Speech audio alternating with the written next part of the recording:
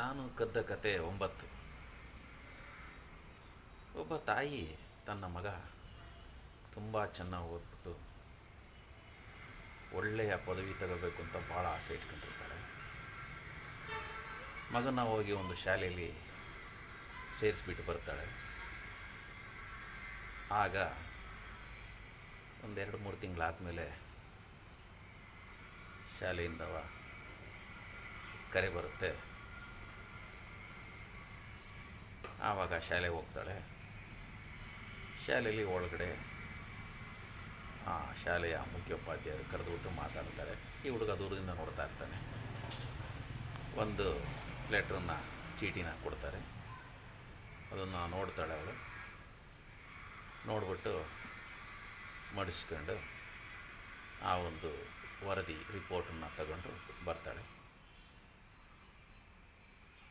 ಆವಾಗ ಮಗ ಏನು ಅಂತ ಕೇಳ್ತಾನೆ. ಏನಿಲ್ಲ ಮಗ,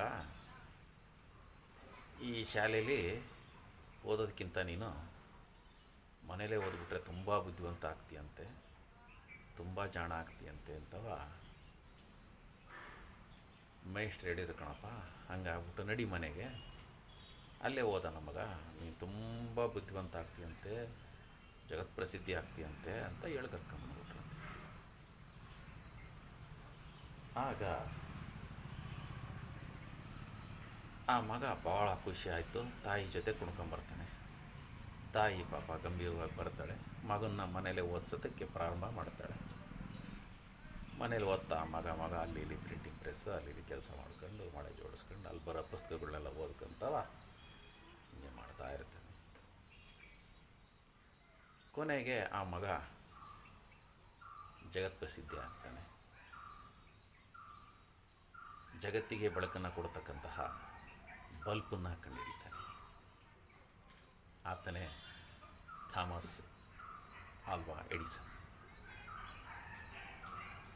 ನಂತರ ತನ್ನ ತಾಯಿ ತೀರ್ಕೊಂಡು ಹೋದ್ಮೇಲೆ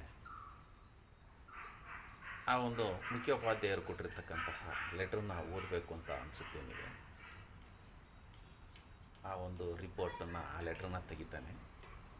ತೆಗೆದು ನೋಡ್ತಾನೆ. ಅದರಲ್ಲಿ ಬರೆದಿರುತ್ತೆ, ನಿನ್ನ ಮಗ ದಡ್ಡ ಶತಮೂರ್ಖ,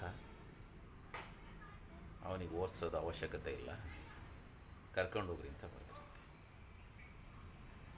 ಆ ದಿನ ಆ ತಾಯಿ ಎಷ್ಟು ನೊಂದ್ಕೊಂಡಿರ್ಬೇಕು ಹೇಳಿ.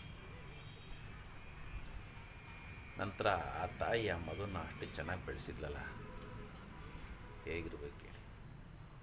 ಇವತ್ತು ನಾವು ಏನು ರಾತ್ರಿ ಹೊತ್ತು ಸಹ ಬಲ್ಪು ಎಂಥ ಜಗ ಮುಗಿಸೋದಕ್ಕೆಲ್ಲ ಮಾಡ್ತಾಯಿದ್ವಿ.